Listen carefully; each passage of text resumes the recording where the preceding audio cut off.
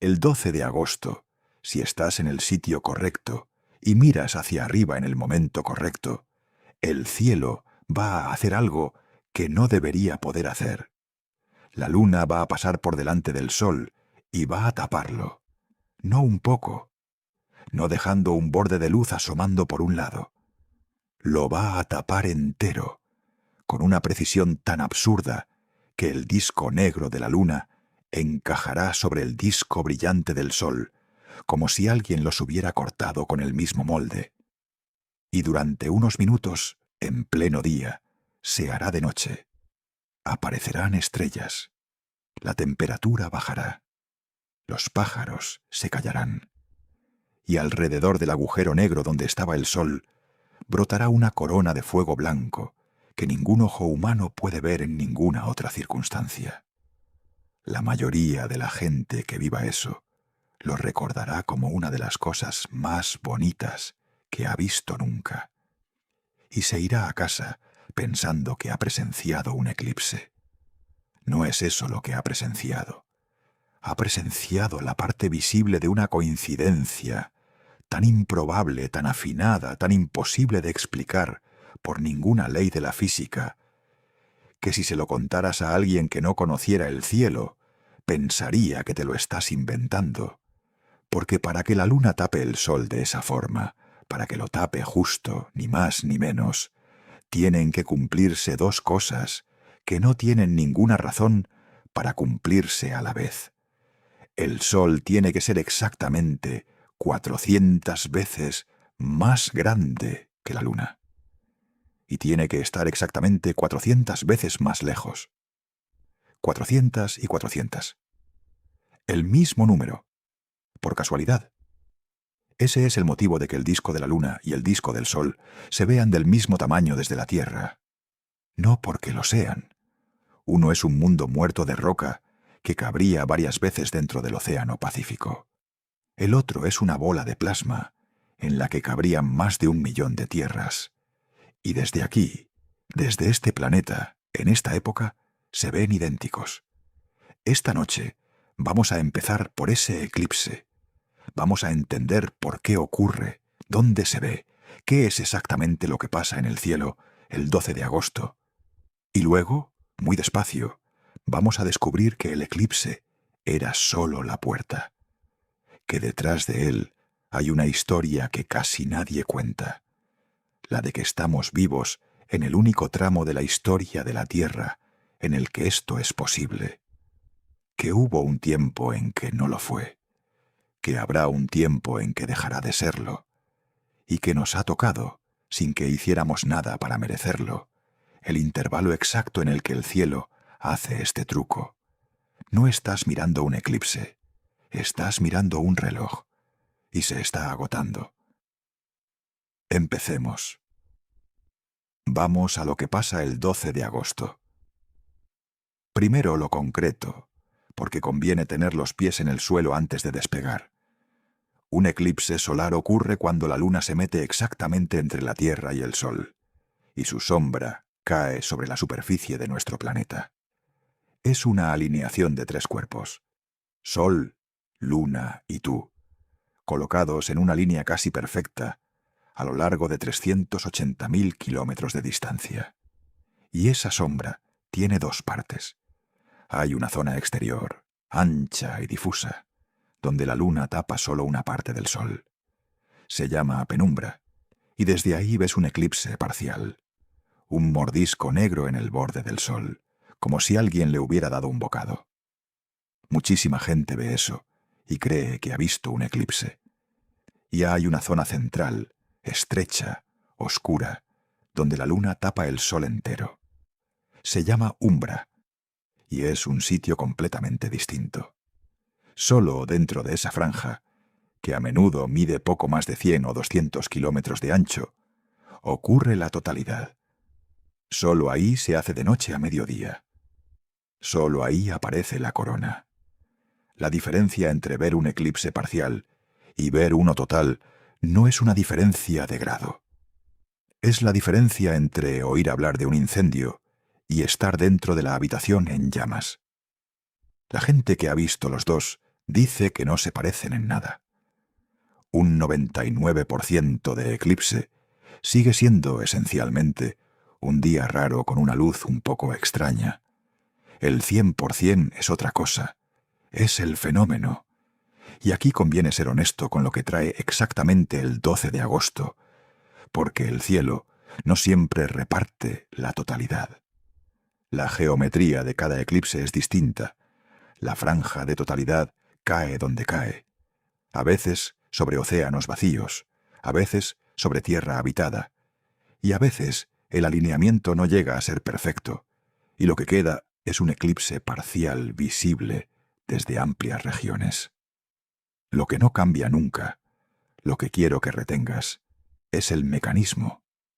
Un mundo pequeño tapando a una estrella enorme y encajándola. Porque esa es la pregunta que de verdad importa. Y no es dónde mirar el 12 de agosto. Es cómo demonios es posible que algo tan pequeño tape algo tan grande justo. Y a esa pregunta se le ha dado la vuelta durante siglos sin que la gente se diera cuenta de lo extraña que es la respuesta. Vamos a la sombra que corre por el planeta. Y hay un detalle de escala que casi nadie tiene en la cabeza y que ayuda a imaginar lo que de verdad está pasando ahí arriba. La sombra de la luna no cae quieta sobre la Tierra. Corre.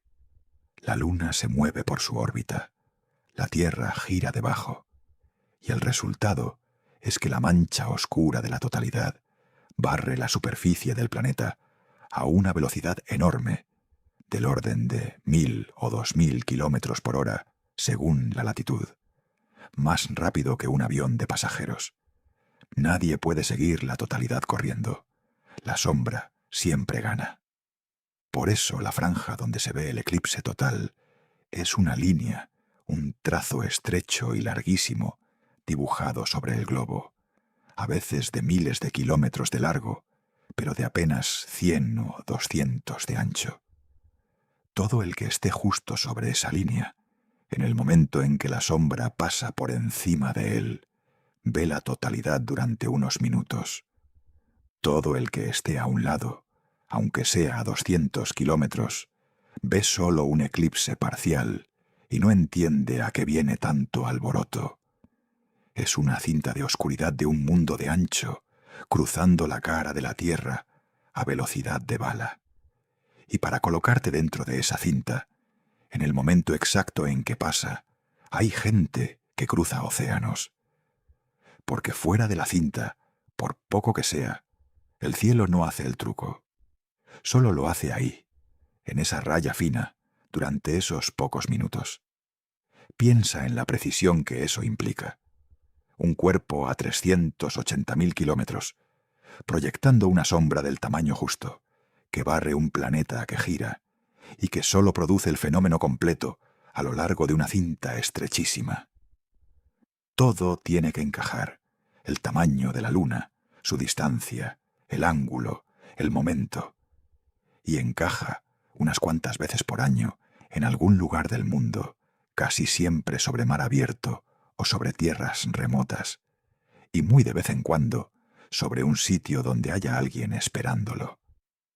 Vamos al truco de los 2 discos. Levanta el pulgar con el brazo estirado y tápate la luna llena. Te sobra dedo. La luna, esa cosa enorme que domina el cielo nocturno, que ha inspirado a todas las religiones y a todos los poetas, en realidad ocupa un pedacito ridículo de cielo, medio grado, lo mismo que ocupa el sol. Ese es el hecho del que cuelga todo lo demás, así que vamos a mirarlo de frente. El tamaño que una cosa ocupa en tu cielo no depende solo de lo grande que sea. Depende de lo grande que sea dividido por lo lejos que esté.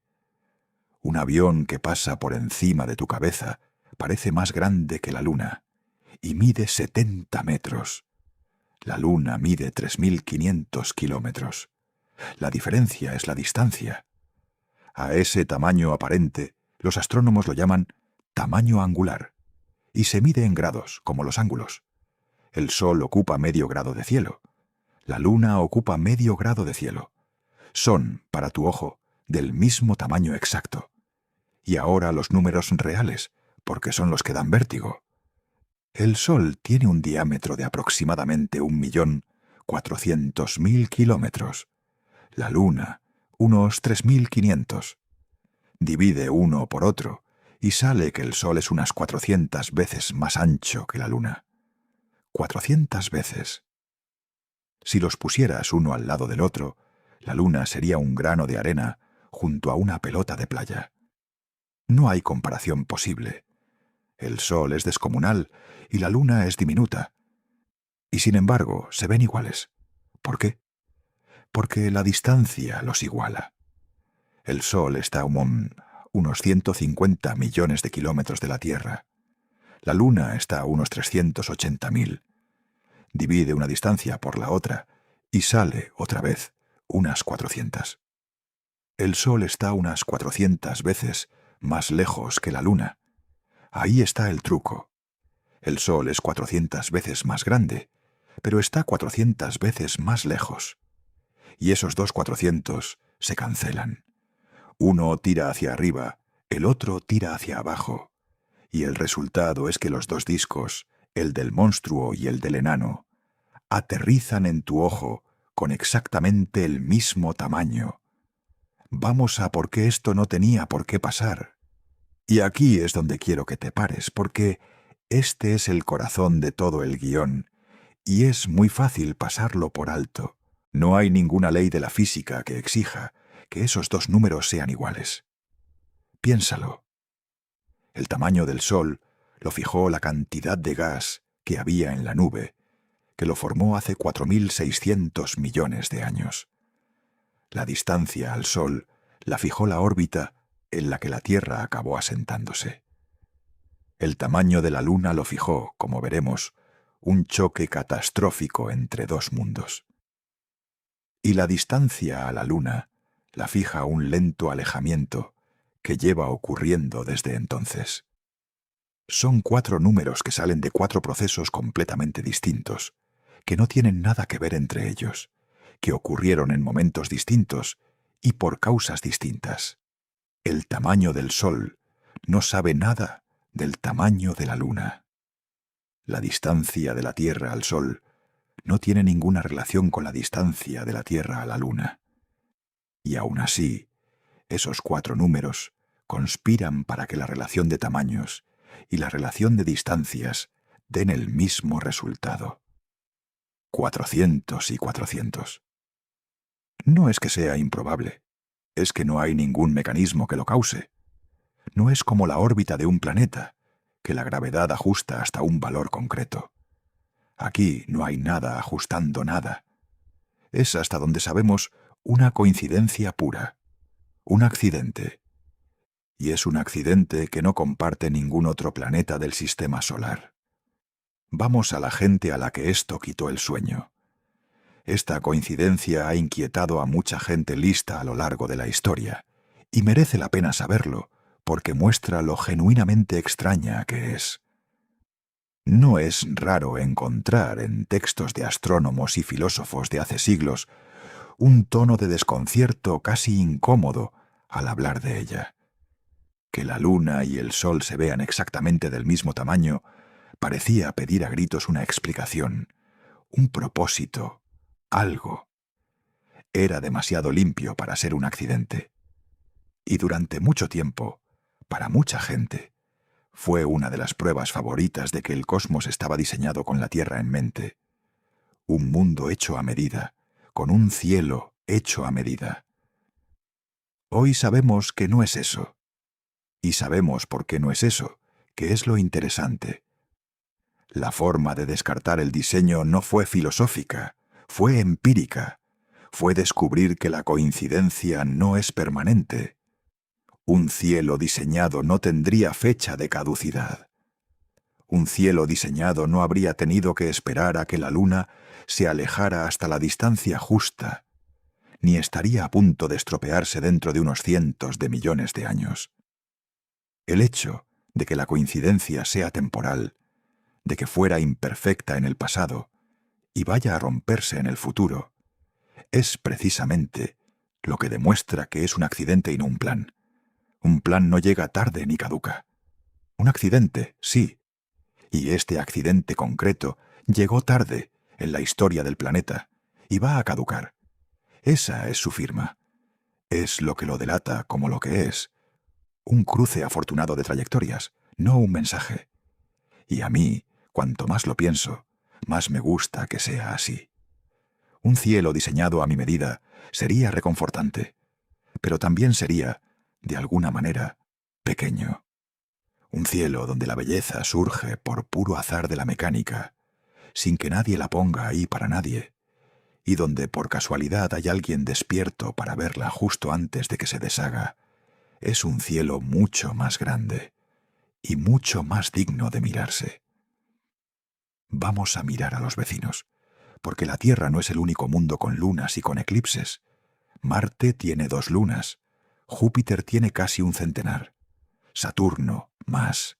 En todos esos mundos hay lunas que se cruzan por delante del Sol, pero en ninguno pasa lo que pasa aquí. Las 2 lunas de Marte, Fobos y Deimos, son pedruscos diminutos, patatas de pocos kilómetros. Cuando Fobos pasa por delante del Sol, visto desde la superficie de Marte, no lo tapa. Es demasiado pequeño. Cruza el disco solar como una mota, como una mosca cruzando una bombilla. Los rovers de la NASA lo han fotografiado. Un tránsito, no un eclipse. El Sol sigue ahí, brillando alrededor de la mota negra. En Júpiter pasa lo contrario. Sus grandes lunas son enormes, y desde las nubes de Júpiter taparían el Sol muchísimas veces. Lo aplastarían.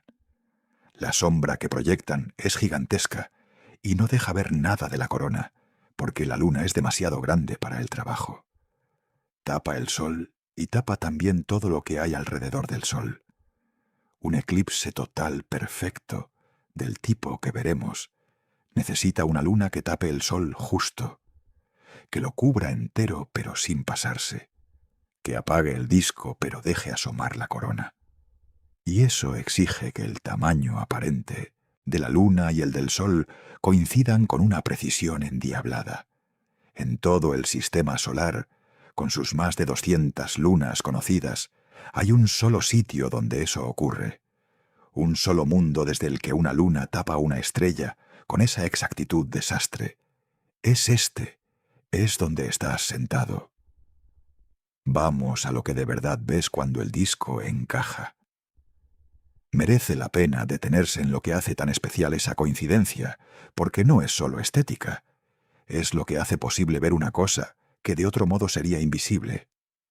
El Sol tiene una atmósfera exterior, tenue, hecha de plasma a millones de grados, que se extiende millones de kilómetros más allá de la superficie visible.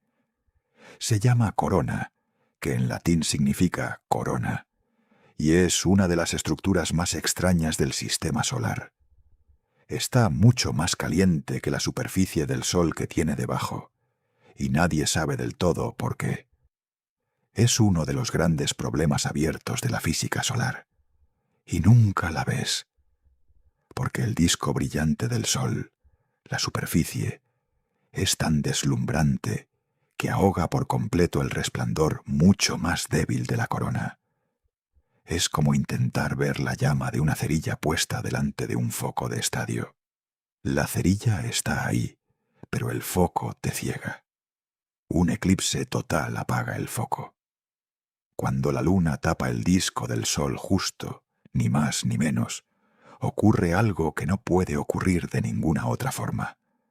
Desaparece la superficie deslumbrante y queda a la vista, de repente, todo lo que había alrededor, y no podías ver. La corona brota en el cielo como una flor de fuego blanco, con filamentos y penachos que se extienden en todas direcciones, siguiendo las líneas invisibles del campo magnético del Sol. Durante siglos, los eclipses totales fueron la única forma de estudiar la corona.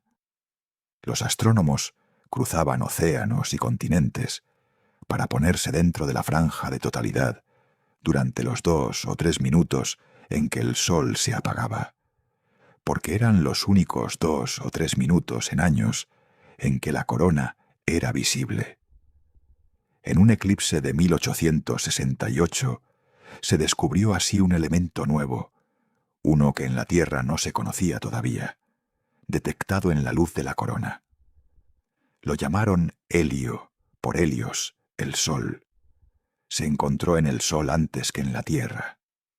Y todo eso, todo ese conocimiento, depende de que la luna tape el Sol justo. Si fuera un poco más grande en el cielo, taparía también la corona y no veríamos nada. Si fuera un poco más pequeña, dejaría asomar el borde deslumbrante del disco y tampoco veríamos nada. La coincidencia de los 400 no solo produce un espectáculo bonito. Abrió una ventana a la física de las estrellas que de otro modo habría estado cerrada. Es difícil no quedarse pensando en eso. La casualidad que hace bonito el cielo es la misma que nos dejó estudiarlo. Vamos a lo que se siente estar dentro de la sombra. Y quiero pararme un momento en la experiencia, porque los números no la transmiten, y es la razón por la que hay gente que organiza su vida entera alrededor de perseguir estos 2 minutos por todo el planeta. En los momentos previos a la totalidad, el mundo se vuelve raro de una forma que el cerebro no sabe procesar. La luz no baja como al atardecer, cálida y dorada. Baja de otra manera. Se vuelve metálica, plateada, agria. Las sombras se afilan de un modo imposible, porque el sol se ha convertido en una rendija finísima en vez de un disco, y una fuente de luz estrecha proyecta bordes cortantes. Bajo los árboles, cada hueco entre las hojas actúa como una cámara oscura y proyecta en el suelo cientos de pequeñas medialunas. El sol menguante, repetido por todas partes sobre la tierra. La temperatura cae. Puede bajar varios grados en minutos. Se levanta a veces un viento súbito, el viento del eclipse, porque el aire reacciona al enfriamiento brusco. Los animales se confunden. Los pájaros callan y buscan dormidero. Los grillos empiezan a cantar, creyendo que ha llegado la noche. El ganado se recoge. Y entonces, en el último segundo antes de la totalidad, la última porción de sol brilla a través de los valles del borde de la luna, formando puntos de luz encendidos alrededor del disco negro. Se llaman las perlas de Bailly, por el astrónomo que las describió. Y el último de esos puntos, brillando solo junto a la corona que ya empieza a asomar, dibuja durante un instante la imagen de un anillo de diamante colgado en el cielo. Después, oscuridad. El disco negro perfecto, rodeado por la corona, blanca, desplegada como una flor. Estrellas y planetas encendidos en pleno día. Un agujero en el cielo donde estaba el sol. Y un silencio que la gente describe, sin excepción, como algo que no habían sentido nunca. Dura 2 minutos, 3, a veces 4. Y luego el borde de la luna deja escapar el primer rayo de sol. Salta otra vez el anillo de diamante, y el día vuelve tan rápido como se fue. Quien lo ha visto no lo cuenta como quien cuenta un fenómeno. Lo cuenta como quien cuenta algo que le pasó por dentro. Y todo eso, esa experiencia entera, existe solo porque los 2 discos encajan justo. Un poco de descuadre en los tamaños, y no habría anillo de diamante, ni perlas de Bailly, ni corona limpia. Habría un día nublado raro. La coincidencia de los 400 no produce solo un dato astronómico. Produce una de las experiencias más intensas que un ser humano puede tener mirando al cielo. Vamos a la pregunta que nadie hace. Y ahora la pregunta que casi nunca se hace y que le da la vuelta a todo. ¿Ha sido siempre así? Damos por hecho que la luna se ve, del tamaño que se ve porque, bueno, es la luna. Y siempre ha estado ahí. Y siempre ha tenido ese aspecto. La misma luna que vieron los dinosaurios. La misma que vieron los primeros peces al salir del agua. La misma que verán nuestros tataranietos.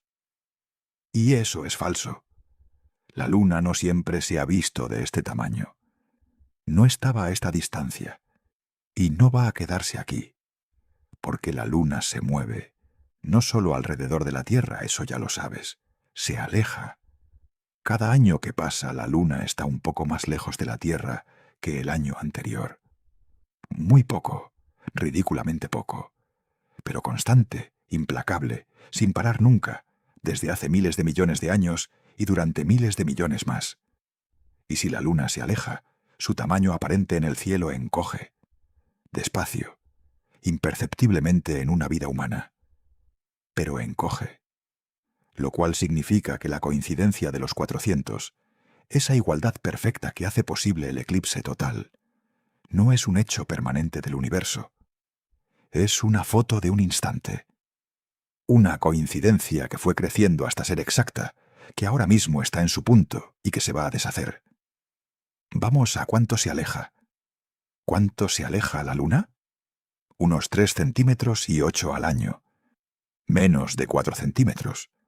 Lo que crece una uña en un mes, más o menos, suena a nada. Y en la escala de una vida humana, es nada.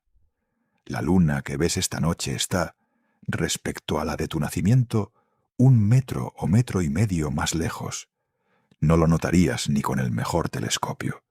Pero el tiempo geológico no cuenta en años, cuenta en millones de años, y 4 centímetros al año, multiplicados por 1 millón de años, son 40 kilómetros. Multiplicados por 1.000 millones de años, son 40.000 kilómetros. Multiplicados por la edad del sistema Tierra-Luna, la distancia cambia por completo. Y esto no es una hipótesis ni un cálculo teórico. Lo medimos con una precisión asombrosa. Y la historia de cómo lo medimos empieza con algo que unos astronautas dejaron en la Luna hace más de medio siglo. Vamos al espejo que dejaron en la Luna. En julio de 1969, cuando los astronautas del Apolo 11 pisaron la Luna, entre el instrumental que dejaron en la superficie, había una cosa que parecía un panel de baldosas brillantes, un array de retroreflectores, espejos especiales con forma de esquina de cubo, que tienen una propiedad mágica. Devuelven cualquier rayo de luz exactamente en la dirección de la que vino, sin importar el ángulo con que llegue. Las misiones Apolo 14 y 15 dejaron más. Y también hay reflectores soviéticos, llevados por vehículos automáticos. Media docena de espejos repartidos por la cara de la luna, esperando. ¿Esperando qué? Un rayo de luz.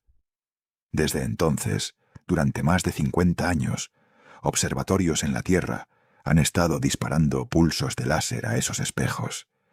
El rayo sale de un telescopio, cruza los 380.000 kilómetros de vacío, da en el panel de baldosas del tamaño de una maleta, y vuelve, y se cronometra el viaje de ida y vuelta. La luz viaja a una velocidad conocida con una exactitud extrema. Así que si mides cuánto tarda el pulso en ir y volver, sabes exactamente a qué distancia está la Luna. La técnica se llama telemetría láser lunar y ha medido la distancia Tierra-Luna con una precisión de milímetros. Milímetros, a través de 380.000 kilómetros. Piensa en lo que eso significa. Sabemos dónde está la Luna en cada momento, con un error del grosor de un dedo, a lo largo de una distancia que la luz tarda más de un segundo en cruzar. Y repitiendo esa medida año tras año, década tras década, se ve el alejamiento. Con toda claridad. La Luna está, sin ninguna duda posible, apartándose de nosotros a unos 3 centímetros y 8 por año. No es teoría. Es un cronómetro y un rayo de luz, repetidos durante medio siglo. La pregunta obvia entonces es ¿por qué? ¿Por qué se aleja la Luna? ¿Qué la empuja? Y la respuesta es una de las cosas más elegantes de todo el sistema solar, porque conecta la luna con algo que ves cada día en la playa sin saber que son lo mismo. Vamos a las mareas, que no son lo que crees. Sabes que la luna causa las mareas. Es de las primeras cosas que aprende cualquiera sobre el cielo. La gravedad de la luna tira del agua de los océanos, y por eso el mar sube y baja 2 veces al día. Lo que casi nadie sabe es que esa misma marea, ese mismo tirón, es lo que está empujando a la luna lejos de nosotros. Y para entender cómo, hay que mirar la marea con más cuidado. La luna tira de la Tierra entera, pero tira más fuerte del lado que tiene más cerca. El agua del lado de la Tierra que mira a la luna se abomba hacia ella. Se forma una joroba de agua. Y por razones un poco más sutiles, se forma otra joroba en el lado opuesto. 2 jorobas de agua en lados contrarios del planeta, apuntando más o menos hacia la luna y en dirección contraria. Si la Tierra no girara, esas 2 jorobas se quedarían quietas, apuntando siempre a la luna, y no pasaría nada más. Pero la Tierra gira, da una vuelta cada 24 horas, mucho más rápido de lo que la luna tarda en dar una vuelta a la Tierra, que son casi 28 días. Y aquí está el detalle del que cuelga todo. La Tierra, al girar, arrastra las jorobas de agua consigo. No las deja quietas apuntando a la luna. Se las lleva un poco por delante. La rotación rápida del planeta empuja la joroba de marea hacia adelante, de modo que no queda exactamente en la línea Tierra-Luna, sino adelantada respecto a ella. Así que ahora tienes una joroba de agua, con su masa y por tanto con su gravedad, ligeramente por delante de la luna, en su órbita. Vamos a lo que esa joroba le hace a la luna. Esa joroba adelantada tira de la luna. Tiene masa, la masa tiene gravedad, y esa gravedad tira. Y como la joroba va por delante de la luna, tira de ella hacia adelante, la acelera en su órbita. Y aquí hay algo profundamente contraintuitivo, una de esas cosas de la mecánica orbital que parecen del revés. Cuando aceleras una luna en su órbita, no se acerca, se aleja. Darle energía a un objeto en órbita lo empuja a una órbita más alta y más lenta. La joroba de marea, tirando hacia delante de la luna, la va subiendo a órbitas cada vez más altas. La va alejando. 3 centímetros y 8 al año. Ese es el empujón. La joroba de agua adelantada, robándole rotación a la Tierra y pasándosela a la luna en forma de distancia. Y esto tiene una consecuencia preciosa, porque la energía no sale de la nada. Sale de algún sitio. Sale de la rotación de la Tierra. Vamos a los días que se alargan. La misma interacción que aleja la luna está frenando la Tierra. La joroba de marea, arrastrada por delante por la rotación del planeta, tira hacia atrás de esa rotación. La luna tira de la joroba hacia sí, y como la joroba está adelantada, ese tirón actúa como un freno sobre el giro de la Tierra. Muy suave, pero constante, así que la Tierra gira cada vez más despacio. Los días se alargan. No lo notas, porque el frenado es de milisegundos por siglo. Pero a lo largo del tiempo geológico es enorme. Hay una forma preciosa de comprobarlo, y viene de los corales. Algunos corales fósiles depositan una capa fina de carbonato cada día, y una banda distinta cada año, como los anillos de un árbol pero diarios. Contando las capas diarias dentro de cada banda anual, puedes contar cuántos días tenía un año en la época en que vivió ese coral. Y cuando los paleontólogos cuentan las líneas de corales de hace 400 millones de años, sale que el año tenía unos 400 días. No porque el año durara más, la órbita de la Tierra alrededor del Sol apenas ha cambiado, sino porque el día duraba menos. La Tierra giraba más rápido. El día tenía unas 22 horas, en vez de 24. Léelo otra vez. Tenemos rocas hechas por animales muertos hace 400 millones de años, que nos dicen que entonces el día era casi 2 horas más corto, y que ha ido alargándose desde entonces, empujado por la misma marea que empuja la luna lejos. La luna se aleja y el día se alarga. Son la misma frase dicha de dos maneras. Es un solo proceso. La Tierra le está regalando su rotación a la luna, poco a poco, y la luna se lo cobra en distancia. Vamos hacia atrás en el tiempo. Si la luna se aleja y el día se alarga, entonces el pasado tuvo que ser al revés. La luna estuvo más cerca, el día fue más corto, y cuanto más atrás vas, más extremo es el cuadro. Rebobinemos. Hace 1.000 millones de años, la luna estaba miles de kilómetros más cerca. El día duraba unas 18 o 19 horas. La luna en el cielo se veía apreciablemente más grande de lo que la ves hoy. Hace 3.000 millones de años, cuando la vida en la Tierra era todavía solo microbios en el agua. La luna estaba mucho más cerca.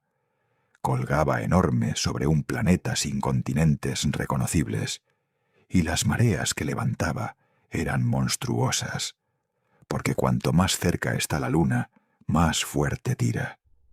Y si sigues rebobinando hasta el mismísimo principio, llegas a algo que no parece real. Hace 4.500 millones de años, recién formada, la luna estaba a una fracción de la distancia actual. Puede que a solo 20 o 30.000 kilómetros, frente a los 380.000 de hoy. 10 veces más cerca, quizá más. Imagina ese cielo. Una luna que ocuparía no medio grado, sino varios grados. Un disco gigantesco, dominando el firmamento, docenas de veces más grande en área de lo que la ves ahora. Un objeto que llenaría una parte enorme del cielo, cubierto de roca fundida y todavía brillando por el calor de su formación. Y las mareas de aquel mundo no se medían en metros, se medían en cientos de metros. El día duraba quizá 5 o 6 horas. La Tierra giraba como una peonza, con una luna colosal encima, levantando muros de agua y de roca, semifundida por toda la superficie. Ese es el sistema Tierra-Luna del que venimos. No esté tranquilo, con su luna discreta de medio grado y sus mareas de un par de metros. Aquel, violento, enorme, rápido. Y desde entonces, sin parar, la luna alejándose y el planeta frenando, hasta llegar al cielo apacible que tenemos hoy. Vamos a un problema que casi rompe la historia. Y aquí hay un detalle honesto que conviene contar, porque la ciencia de verdad no es una línea recta, y este caso es un ejemplo precioso de ello. Si coges el ritmo actual de alejamiento, 4 centímetros al año, y lo proyectas hacia atrás sin más, en línea recta sale un problema. Sale que la luna habría estado pegada a la Tierra hace solo 1.500 millones de años, mucho después de que sepamos, por las rocas, que la luna ya existía y estaba lejos. Los números no cuadran. Durante un tiempo, eso fue un dolor de cabeza real para los científicos. La solución es que el ritmo de alejamiento no ha sido constante. Depende de cómo respondan los océanos a las mareas, y eso depende de la forma de las cuencas oceánicas, de dónde estén los continentes, de qué profundidad tenga el mar. Y todo eso ha cambiado por completo a lo largo de la historia de la Tierra, porque los continentes se mueven, chocan, se separan. Hay épocas en las que los océanos, por su forma, entran casi en resonancia con las mareas y disipan muchísima energía, y entonces la luna se aleja rápido. Y hay épocas en que los continentes están distribuidos de otra manera y el frenado es mucho más suave. Ahora mismo, da la casualidad de que estamos en una configuración de continentes especialmente eficiente, disipando mareas, con el Atlántico teniendo justo el tamaño adecuado para resonar. es decir, el ritmo actual de 4 centímetros es anormalmente alto. Durante buena parte del pasado fue bastante menor. Y esto se puede comprobar, que es lo hermoso. Existen unas rocas llamadas ritmitas de marea, sedimentos antiguos que registraron, capa a capa, el ritmo de las mareas de su época, como un código de barras del mar de hace cientos de millones de años. Leyendo esas capas, los geólogos pueden reconstruir a qué distancia estaba la Luna y a qué velocidad giraba la Tierra en épocas remotas, sin necesidad de suponer nada. Y cuando lo hacen, todo encaja. La Luna más cerca en el 1900 pasado, alejándose a ritmos variables. El día más corto, exactamente como predice la teoría del gran impacto, seguida de miles de millones de años de mareas. Rocas que guardan el pulso de un mar que se secó hace eones y que nos dicen dónde estaba la Luna. A mí, eso me parece más asombroso que el propio eclipse. Vamos a por qué había tanta luna tan cerca. Y esto plantea una pregunta que hemos estado esquivando. ¿De dónde salió la luna? ¿Por qué la Tierra tiene una luna tan grande, tan cerca, tan rara? Porque es rara. La luna es enorme en comparación con la Tierra. Ningún otro planeta rocoso del sistema solar tiene una luna que sea una fracción tan grande de su propio tamaño. Las lunas de Marte son pedruscos. Mercurio y Venus no tienen ninguna. La Tierra tiene un mundo entero, de más de un cuarto de su diámetro, dándole vueltas. Durante mucho tiempo nadie supo explicarlo. Y la explicación que acabó imponiéndose es tan violenta que cuesta creer que produjera algo tan sereno como la luna que ilumina las noches. Hace unos 4.500 millones de años, cuando el sistema solar era joven y caótico, y estaba lleno de mundos a medio formar, chocando entre ellos, la Tierra recién nacida se cruzó con otro planeta, uno del tamaño de Marte. Los científicos le han puesto nombre, Tea, por la titánide griega que era madre de Selene, la Luna. Y Tea y la Tierra chocaron. No fue un roce. Fue una colisión entre dos planetas a velocidades de decenas de miles de kilómetros por hora. El impacto liberó una cantidad de energía inconcebible. Fundió la superficie de la Tierra entera y arrancó una cantidad brutal de material, de la Tierra y de Tea, y lo lanzó al espacio en un anillo de roca vaporizada y fundida que quedó orbitando el planeta. Ese anillo, ese disco de escombros ardientes alrededor de la Tierra herida, se enfrió y se juntó, por su propia gravedad, en pocos siglos o milenios. Y de ahí salió la Luna. La Luna es el escombro de un choque. Es lo que saltó cuando dos mundos se estrellaron y uno de ellos sobrevivió. Y salió muy cerca, porque se formó a partir del anillo que rodeaba a la Tierra, pegada a ella, girando deprisa. Justo el sistema Tierra-Luna extremo del que hablábamos. Luna cercana y enorme, planeta girando a toda velocidad. Todo lo que ha pasado desde entonces, los 4.500 millones de años de alejamiento lento, es la larga calma después de aquella catástrofe. La Luna lleva desde su nacimiento apartándose del lugar del crimen. Vamos a la prueba en las rocas. Y esto tampoco es una historia bonita inventada para rellenar el hueco. Tiene pruebas y son elegantes. Cuando los astronautas del Apolo trajeron rocas de la Luna, los geólogos las analizaron átomo a átomo y encontraron algo revelador. La composición isotópica de las rocas lunares es casi idéntica a la del manto de la Tierra.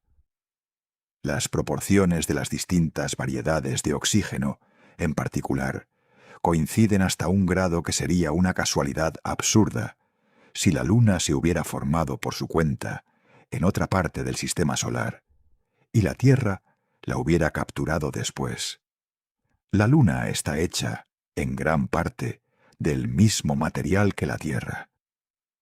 como si fuera un trozo de la propia Tierra, que es exactamente lo que predice la teoría del gran impacto. Buena parte de la Luna es material terrestre arrancado en el choque. Al mismo tiempo, la Luna tiene un núcleo de hierro sorprendentemente pequeño para su tamaño. Y eso también encaja.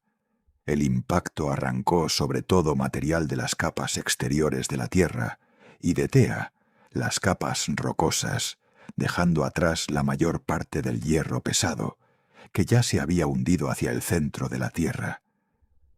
Composición de la corteza terrestre, poco hierro, órbita cercana. Las tres cosas apuntan al mismo suceso. La Luna nació de un desastre, y ese desastre explica por qué está donde está y por qué ha pasado toda su vida alejándose. Vamos a la ventana. Ahora tenemos las dos piezas. La Luna se formó muy cerca, hace 4.500 millones de años, y desde entonces se ha ido alejando sin parar hasta la distancia de hoy. Y en algún momento de ese largo viaje hacia afuera, la Luna cruzó por la distancia exacta en la que su tamaño aparente en el cielo iguala al del Sol. La distancia en la que empiezan a ser posibles los eclipses totales perfectos. Piénsalo como una diana en movimiento. La Luna, alejándose despacio, atraviesa una zona estrecha de distancias en la que su disco encaja sobre el del Sol. Antes de esa zona estaba demasiado cerca. Su disco era más grande que el del Sol y lo tapaba de sobra, aplastándolo, sin dejar ver la corona, como hacen hoy las lunas de Júpiter. Después de esa zona, estará demasiado lejos. Su disco será más pequeño que el del Sol y ya no podrá taparlo del todo. Solo dentro de esa franja de distancias, esa ventana, existe el eclipse total tal como lo conocemos. Y aquí está la revelación que llevo todo el guión preparando. Nosotros estamos dentro de esa ventana, ahora, en este tramo de la historia de la Tierra. Por casualidad. No es que los eclipses totales sean una característica permanente de nuestro planeta. Son una fase, un capítulo con principio y final. Hubo una época en el pasado remoto en que la Luna estaba demasiado cerca y no había eclipses totales de este tipo. Los había, pero eran distintos, con la Luna tapando el Sol y su corona de sobra. Y habrá una época en el futuro en que la Luna estará demasiado lejos y no habrá eclipses totales en absoluto. Y entre esas dos épocas hay una ventana. Y nos ha tocado vivir dentro de ella. Vamos a lo que había antes y lo que vendrá después. Conviene ser preciso, porque esto es más sutil de lo que parece y merece contarse bien. En el pasado, con la Luna más cerca, su disco aparente era más grande que el del Sol. Así que cuando había alineación, la Luna cubría el Sol con margen de sobra. Tapaba el disco y tapaba también la corona interior. Los eclipses totales existían, pero eran, por así decirlo, demasiado totales. La Luna era un tapón demasiado grande. El espectáculo fino que vemos hoy, con la corona brotando justo en el borde de un disco lunar que encaja al milímetro, ese no era posible, porque el disco lunar sobraba por todos lados. Ahora, en nuestra época, los dos discos son casi idénticos, tan parecidos que a veces, según la Luna está un poco más cerca o un poco más lejos en su órbita ligeramente ovalada, el eclipse es total con la Luna justa, y otras veces la Luna queda un pelín pequeña y deja un anillo de Sol asomando alrededor. A ese segundo tipo, cuando queda un aro de fuego alrededor del disco negro, se le llama eclipse anular. Y el hecho de que hoy tengamos las dos clases, totales y anulares, según el momento, es la prueba de que estamos justo en el filo, justo en el punto donde los dos discos se cruzan de tamaño, justo en el centro de la ventana. Y en el futuro, con la Luna más lejos, su disco aparente será siempre más pequeño que el del Sol. Nunca podrá taparlo del todo. Todos los eclipses serán anulares, un anillo de sol rodeando a la luna, siempre, cada vez. La totalidad habrá desaparecido. La corona volverá a ser invisible salvo con instrumentos. El cielo dejará de hacer su truco. Estamos literalmente en el momento en que la moneda cae de canto, en que los dos discos son iguales, ni antes con la luna sobrada, ni después con la luna escasa. Ahora. Vamos a poner fecha al final. ¿Cuándo se acaba? ¿Cuándo cae el último eclipse total de la historia de la Tierra? Las estimaciones varían, porque el ritmo de alejamiento no ha sido perfectamente constante a lo largo del tiempo geológico. Depende de cómo estén distribuidos los continentes y los océanos, que es lo que determina cómo se comportan las mareas. Pero el orden de magnitud está claro. Dentro de unos 600 millones de años, más o menos, la Luna se habrá alejado lo suficiente para que su disco ya no pueda cubrir el del Sol, ni siquiera en las condiciones más favorables. El último eclipse total de Sol de la historia de la Tierra ocurrirá en algún momento alrededor de esa fecha. Después de eso, para siempre, solo anulares. 600 millones de años suena a una eternidad, y en la escala de una vida humana lo es. Pero en la escala de la Tierra, no. La Tierra tiene 4.500 millones de años. La vida lleva aquí casi 4.000 millones. Los eclipses totales tienen los años contados en una fracción del tiempo que la vida ya ha existido. Y hay una simetría que a mí me deja pensando. La ventana de los eclipses totales no está centrada por casualidad en cualquier momento. Coincide, a grandes rasgos, con la parte de la historia de la Tierra en la que hay vida compleja, capaz de mirar hacia arriba y preguntarse qué está viendo. Los dinosaurios vieron eclipses totales. Los trilobites hace 500 millones de años, cuando la Luna estaba un poco más cerca, también, aunque algo distintos. Y nosotros los vemos ahora, casi al final del capítulo. Cuando la vida compleja se extinga, o evolucione hasta algo irreconocible, o cuando el Sol empiece a cambiar y haga la Tierra inhabitable, los eclipses totales estarán terminando más o menos a la vez. No es que la vida y los eclipses estén conectados por ninguna ley. Es que las dos cosas caben en la misma ventana de tiempo, la del planeta templado con océanos líquidos y una luna a la distancia justa. Y esa ventana, mires como la mires, es un instante. Vamos a la otra mitad de la coincidencia. Hasta ahora hemos hablado como si el Sol fuera fijo, como si la única pieza que se mueve fuera la luna alejándose. Pero el Sol tampoco es un decorado quieto. El Sol también cambia. Y cuando metes ese cambio en la ecuación, la ventana se vuelve todavía más estrecha y más asombrosa. El Sol es una estrella, y las estrellas envejecen. El Sol de hoy no es el Sol de hace 4.000 millones de años, y no será el de dentro de 4.000 millones. En concreto, el Sol se está volviendo más grande y más brillante muy despacio, a lo largo de su vida.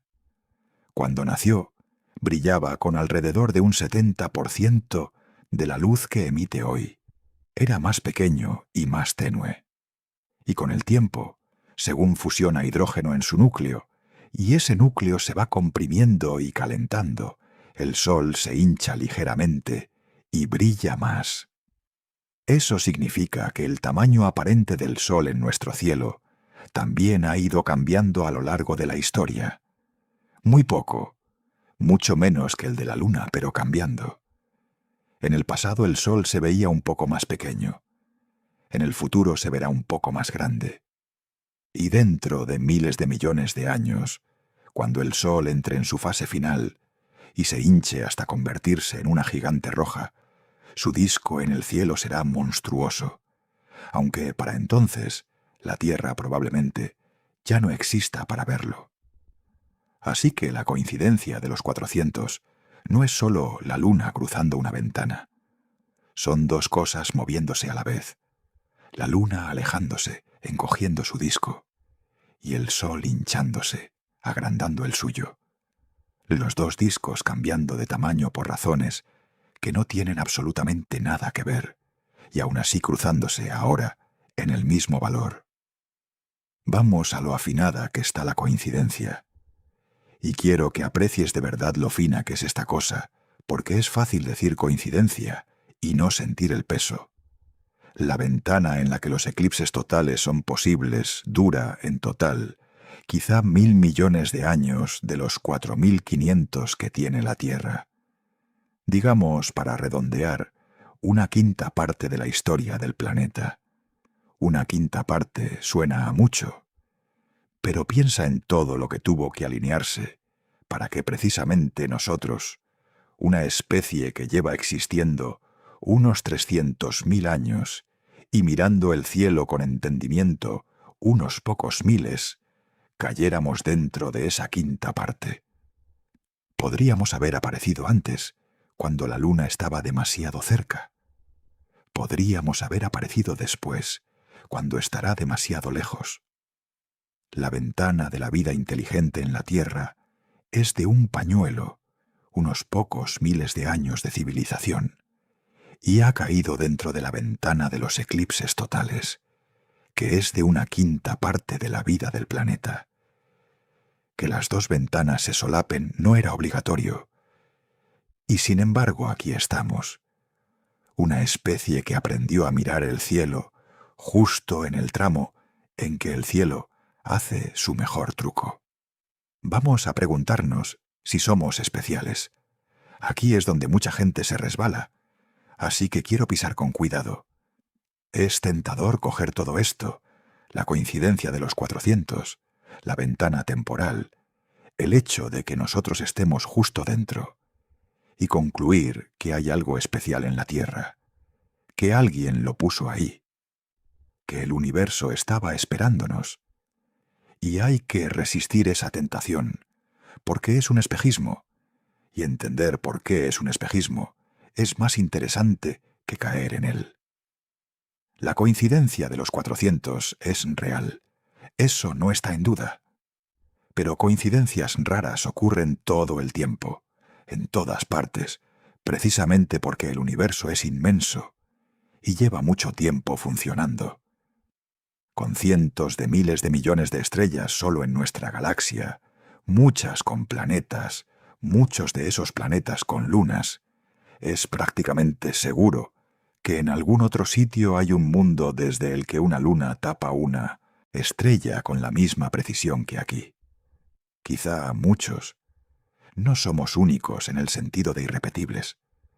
Lo que sí somos, y esto es distinto y es lo importante, es afortunados en el tiempo.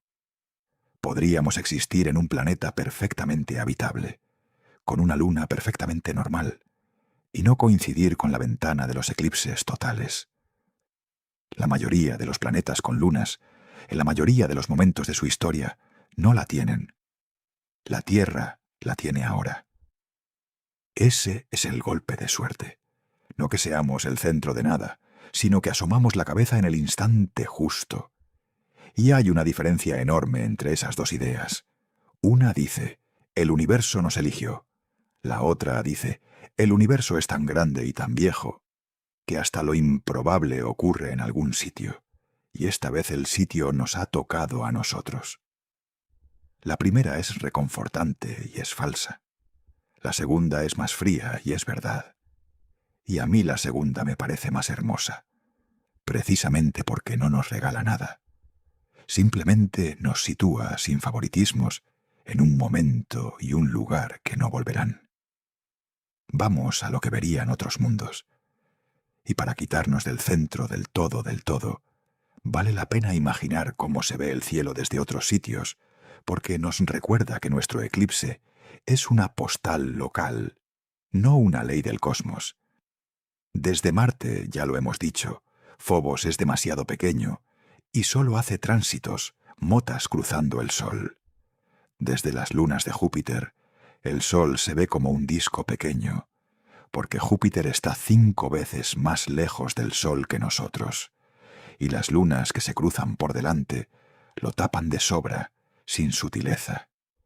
Y luego están los exoplanetas, los mundos que orbitan otras estrellas. Ya hemos hablado en otras ocasiones de lo raros y variados que son.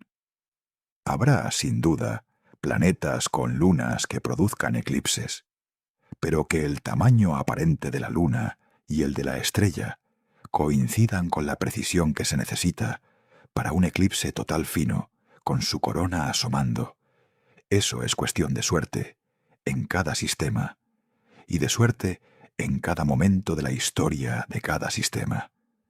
Nuestro eclipse no es una característica del universo, es una característica de aquí y de ahora. Cambia el mundo, o cambia el siglo geológico, y el cielo hace otra cosa. Lo que nos lleva, por fin, a la pregunta que ha estado creciendo por debajo de todo el guión. Si el eclipse es sólo la manifestación visible de la posición y la época en que vivimos, ¿en qué momento estamos exactamente? ¿Qué más tiene de irrepetible este instante, aparte del truco de los 2 discos? Vamos a ampliar el plano. Hasta ahora hemos mirado el eclipse, la luna y el sol. 3 piezas. Pero cada una de esas piezas está metida dentro de algo más grande, y cuanto más nos alejamos, más se repite el mismo patrón. Que vivimos en un momento particular, afinado, transitorio, de un sistema que no para de cambiar. Empecemos por subir un escalón. Del sistema Tierra-Luna al sistema solar entero. El alejamiento de la Luna es un caso concreto, de algo que ocurre en todas partes donde hay cuerpos orbitándose. Las mareas reorganizan los sistemas a lo largo del tiempo. Lo que le pasa a la Luna con la Tierra, les pasa a las lunas de todos los planetas gigantes, cada una a su ritmo, cada una alejándose o acercándose, según cómo giren y dónde estén. Algunas lunas se alejan de su planeta, como la nuestra. Otras se acercan, condenadas a caer o a ser despedazadas en el futuro. Phobos, la mayor luna de Marte, es de esas. Se acerca a Marte poco a poco, y dentro de unas decenas de millones de años se romperá en pedazos y formará durante un tiempo un anillo alrededor del planeta, antes de caer. Marte tendrá anillos, y luego no. Otra fase, otra ventana. El sistema solar está lleno de estas ventanas. Configuraciones que parecen permanentes desde dentro de una vida humana y que en realidad son fotogramas de una película muy lenta. Los anillos de Saturno, que ya mencionamos en otra ocasión, probablemente son jóvenes y probablemente son temporales. Se formaron hace relativamente poco y se irán deshaciendo. La gente que mira Saturno por un telescopio y ve esos anillos gloriosos está, igual que quien mira un eclipse, asomándose a un momento afortunado de una historia larga. No hay nada fijo, solo hay ritmos distintos. Y nuestra vida es tan corta comparada con esos ritmos que confundimos el fotograma con la película. Vemos la luna a medio grado y pensamos que la luna es una cosa de medio grado, cuando en realidad es una cosa que va cambiando de tamaño en el cielo a lo largo de miles de millones de años, y nos ha tocado el fotograma en que mide medio grado. Vamos al Sol, que también tiene su reloj. Sube otro escalón. El propio Sol es una ventana. El Sol lleva unos 4.600 millones de años fusionando hidrógeno en helio en su núcleo, tranquilo, estable, dando una luz constante que ha permitido que la vida evolucione durante casi 4.000 millones de años sin grandes sobresaltos. Esa estabilidad es la razón de que estemos aquí. Una estrella que parpadeara, que diera tirones de brillo, no habría dejado que la vida compleja se afianzara. Pero esa fase estable también se acaba. Al Sol le queda hidrógeno para unos 5 o 6.000 millones de años más de vida tranquila. Después empezará a agotar el combustible del núcleo, se hinchará hasta convertirse en una gigante roja que se tragará a Mercurio, a Venus y probablemente rozará o engullirá a la Tierra, y finalmente se desprenderá de sus capas exteriores y quedará reducido a una enana blanca, una brasa del tamaño de la Tierra, enfriándose durante billones de años. De todo eso ya hablamos con más calma en otra ocasión. Lo que importa aquí es que la fase apacible del Sol, la que permite océanos líquidos y vida compleja, y gente mirando eclipses, es también una ventana. Larga, mucho más larga que la de los eclipses totales, pero ventana al fin, con un antes, cuando el Sol era más tenue, y un después, cuando será letal. Y aquí hay un detalle que casi nadie conoce y que aprieta la ventana todavía más. El Sol, al ir brillando más con el tiempo, está calentando lentamente la Tierra por su cuenta, al margen de cualquier cosa que hagamos nosotros. Dentro de unos 1.000 millones de años, mucho antes de que el Sol se convierta en gigante roja, su brillo creciente habrá calentado la Tierra lo suficiente para hervir los océanos y esterilizar la superficie. La ventana de la Tierra habitable no llega hasta la muerte del Sol. Se cierra mucho antes, por el simple hecho de que el Sol brilla un poco más cada eón. O sea que la vida compleja en la Tierra tiene por delante quizá unos cientos de millones de años más, puede que hasta 1.000, antes de que el planeta se vuelva demasiado caliente. Y da la casualidad, otra vez, de que ese plazo es del mismo orden que lo que les queda a los eclipses totales. Las dos ventanas, la de la vida compleja y la de los eclipses, no solo empezaron más o menos juntas, terminan más o menos juntas, no por ninguna conexión causal, sino porque las dos son fenómenos del mismo intervalo templado y afortunado de la historia de este planeta, y ese intervalo se está acabando por los dos extremos a la vez. Vamos a lo que la luna le hace a la vida, no solo al cielo. Y hay una vuelta más a esto que casi nunca se cuenta, y que eleva la luna de curiosidad estética a algo mucho más serio. Porque la luna no solo nos regala eclipses, es posible que nos haya regalado la propia posibilidad de estar aquí para verlos. La Tierra gira sobre un eje inclinado, unos 23 grados y medio respecto a su órbita. Esa inclinación es la que produce las estaciones. Cuando tu hemisferio se inclina hacia el Sol, es verano. Cuando se aparta, es invierno. Y esa inclinación es notablemente estable. Se mueve un poco, oscila unos grados a lo largo de decenas de miles de años, pero no se descontrola. Y esa estabilidad se la debemos en buena medida a la Luna.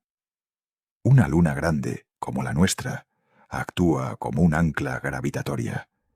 Estabiliza la inclinación del eje de la Tierra, impidiendo que dé bandazos grandes.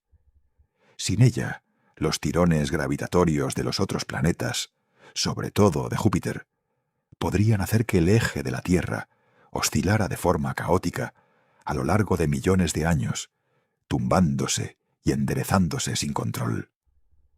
Un planeta cuyo eje se tumba y se endereza caóticamente tiene un clima demente, los polos apuntando al Sol y luego al espacio, regiones enteras pasando de hornos a congeladores a lo largo de eras. Es muy dudoso que la vida compleja, que necesita cierta estabilidad para evolucionar durante cientos de millones de años, prosperara en un mundo así. Marte, que tiene solo 2 lunas minúsculas que no anclan nada, ha sufrido exactamente eso. Su inclinación ha variado salvajemente a lo largo de su historia.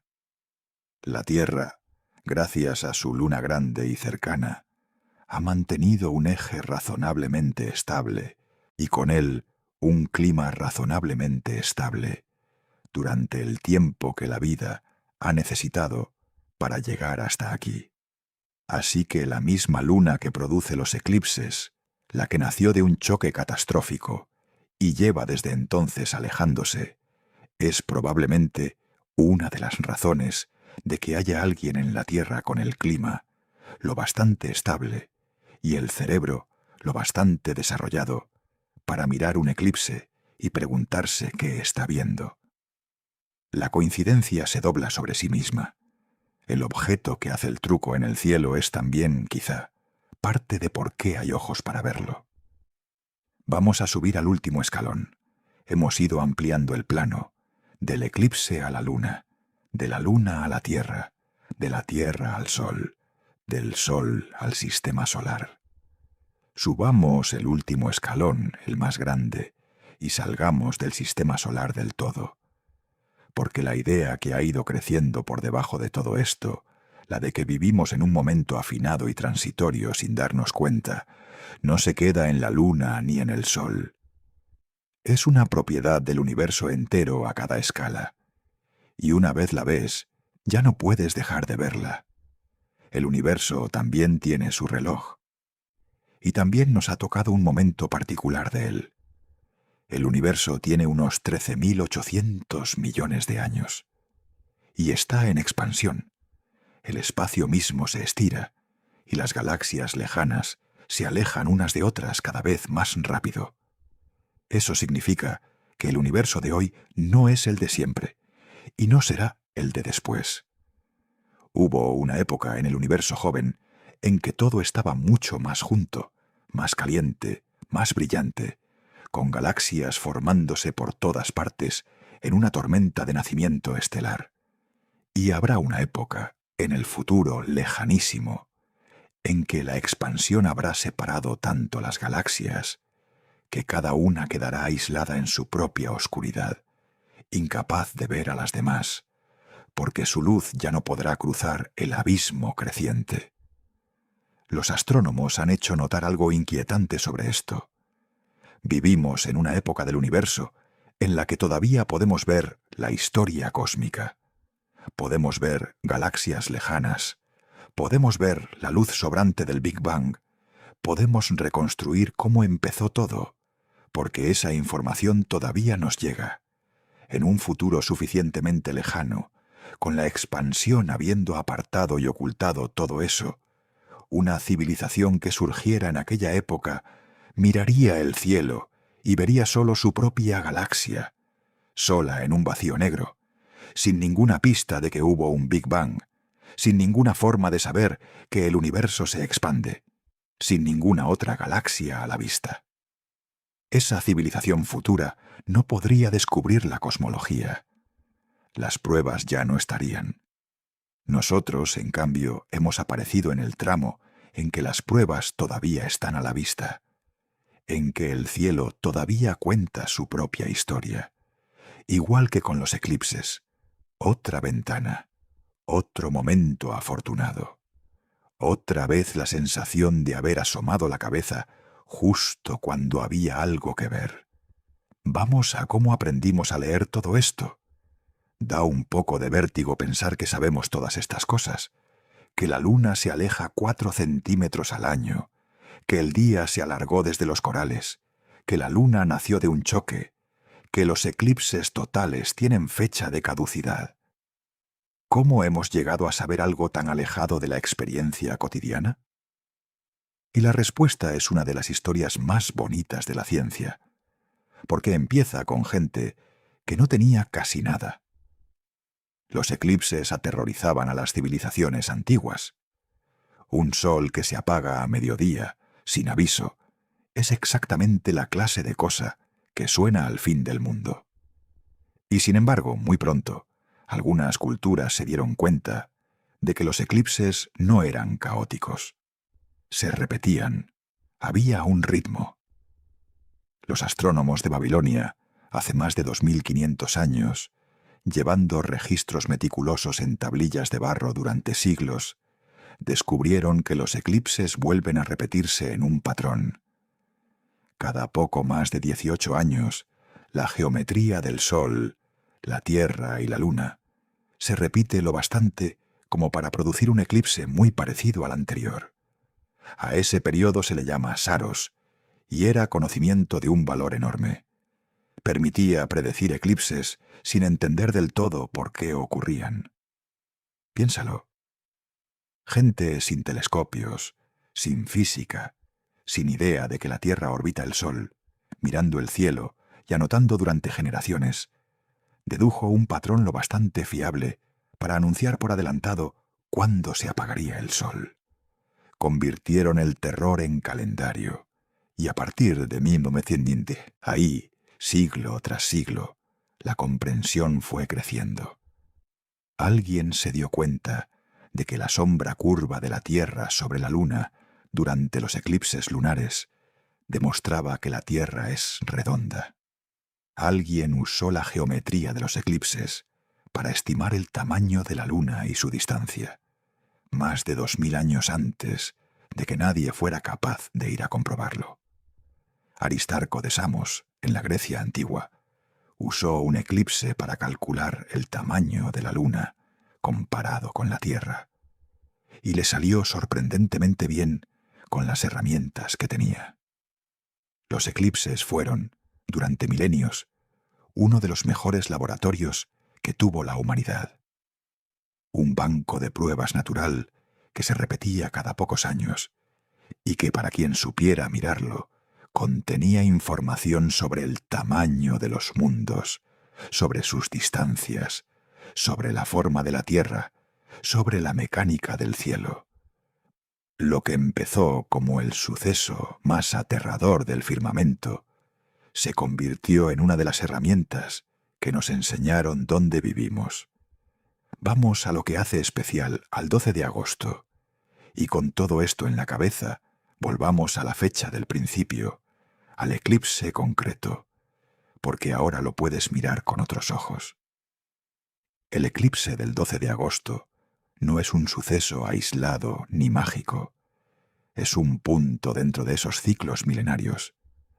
Pertenece a una familia de eclipses, una serie de saros, que empezó hace siglos con eclipses rozando un polo de la Tierra y que irá desplazándose lentamente a lo largo de más de 1000 años, eclipse tras eclipse, cada uno unas horas y unos grados corridos respecto al anterior, hasta terminar rozando el otro polo y apagarse. Este eclipse es un eslabón de esa cadena, ni el primero ni el último, uno de en medio. Y cuando lo mires o cuando veas las imágenes, quiero que tengas presente todo lo que hay detrás de ese disco negro encajando sobre el disco brillante. Estás viendo la sombra de un mundo que nació de un choque hace 4500 millones de años. Un mundo que se ha ido alejando cada año desde entonces, robándole rotación a la Tierra, alargando nuestros días. Un mundo que ha cruzado, en su largo viaje hacia afuera, la distancia exacta en la que su disco encaja sobre el del Sol, que está ahora mismo, en el centro de esa ventana, que empezó a poder hacer este truco hace unos cientos de millones de años y dejará de poder hacerlo dentro de unos cientos de millones más. Y lo estás viendo desde el único tipo de planeta, en el único momento de su historia y con el único tipo de ojos que permite verlo y entenderlo a la vez. Vamos a lo que significa estar en el filo. Quiero detenerme en una idea concreta, porque es la que de verdad quiero que te lleves. Estamos en el filo, no cerca del filo, en el filo.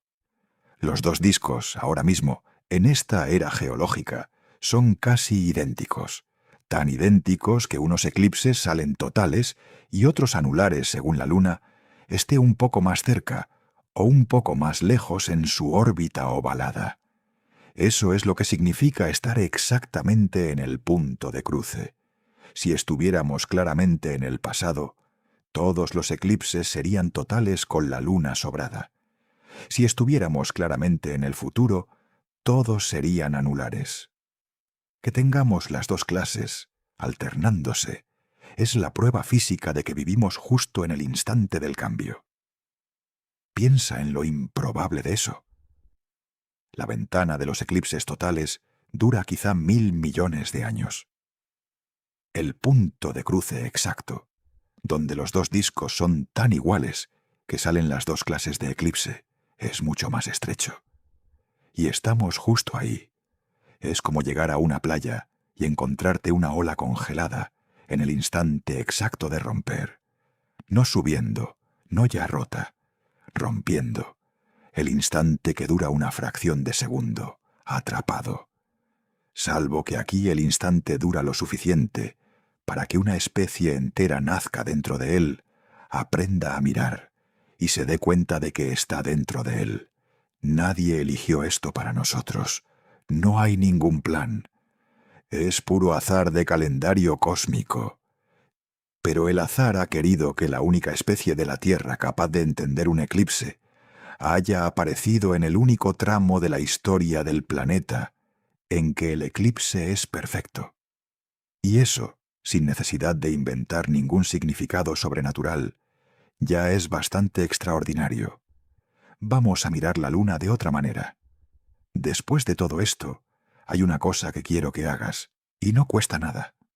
La próxima noche despejada, sal y mira la luna, la de siempre, la que has visto 10.000 veces. Y mírala sabiendo tres cosas que antes no sabías. La primera, se está yendo. Ahora mismo, mientras la miras, está a unos centímetros más lejos que cuando empezaste este vídeo. No es una figura retórica, es literal. Cada año se aparta lo que crece una uña en un par de meses, y no va a parar nunca.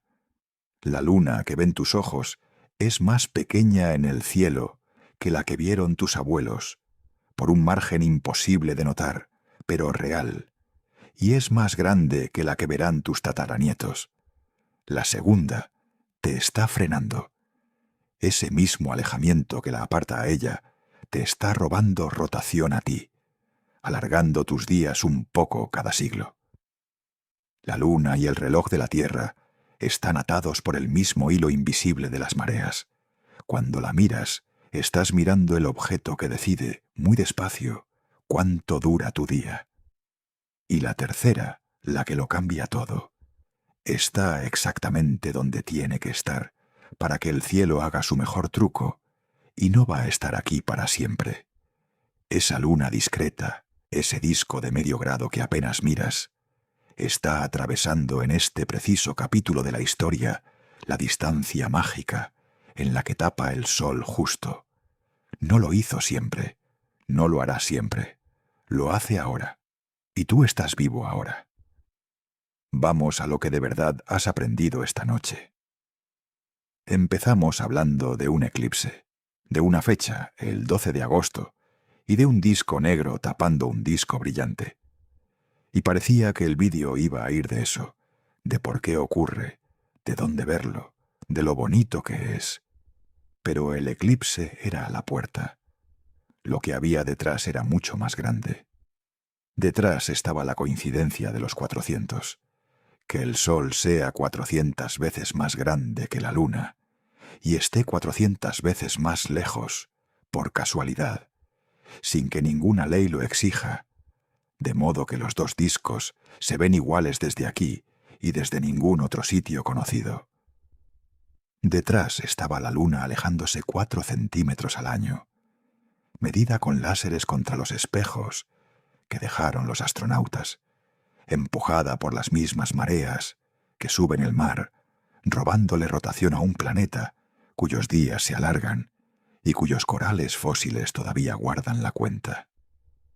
Detrás estaba el choque con Tea, hace 4.500 millones de años, que arrancó la luna de la propia Tierra y la puso a girar cerca y rápido, para que empezara desde ahí su largo viaje hacia afuera.